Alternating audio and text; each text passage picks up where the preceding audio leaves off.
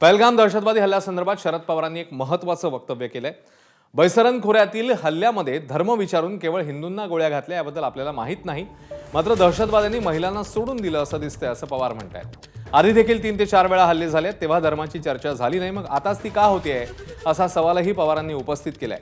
एवढंच नव्हे तर या हल्ल्यामुळे सुरक्षेत जी कमतरता दिसली ती भरून काढण्यासाठी सरकारने तातडीने पावलं उचलायला हवीत असंही पवारांचं म्हणणं आहे।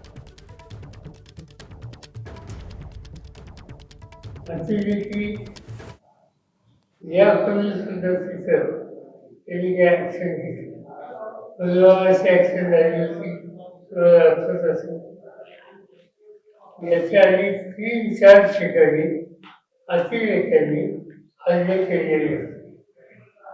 तेव्हा धर्माची चर्चा झाली। आज धर्माची चर्चा कशी? माझं म्हणणं असं आहे की घडलं ते वाईट आहे, ते आव्हान आहे देशाला, त्याला सक्तीनं तो द्यावंच लागेल, पण त्या निमित्तानं एक धार्मिक अंतर वाजेल असं काम तुम्ही करू। काही पर्यटक सांगतात की तुम्ही हिंदू आहात का मुस्लिम आहात असं विचारून आतंकवाद्यांनी गोळ्या घातल्या असं म्हटलं जातं। कुठल्या वेगळ्या दिशेने चाललं हे सगळं? असं म्हणतात, मला माहिती आहे काय याच्यात सत्य। आपण देशाचे संरक्षण मंत्री होता, तिथे जे लोक होते प्रवासी, त्याच्यात स्त्रियांना त्यांनी शोधले दिसते, पुरुषांना बघायला। पुण्यामध्ये 2 लोकांचे मृत्यू झाले,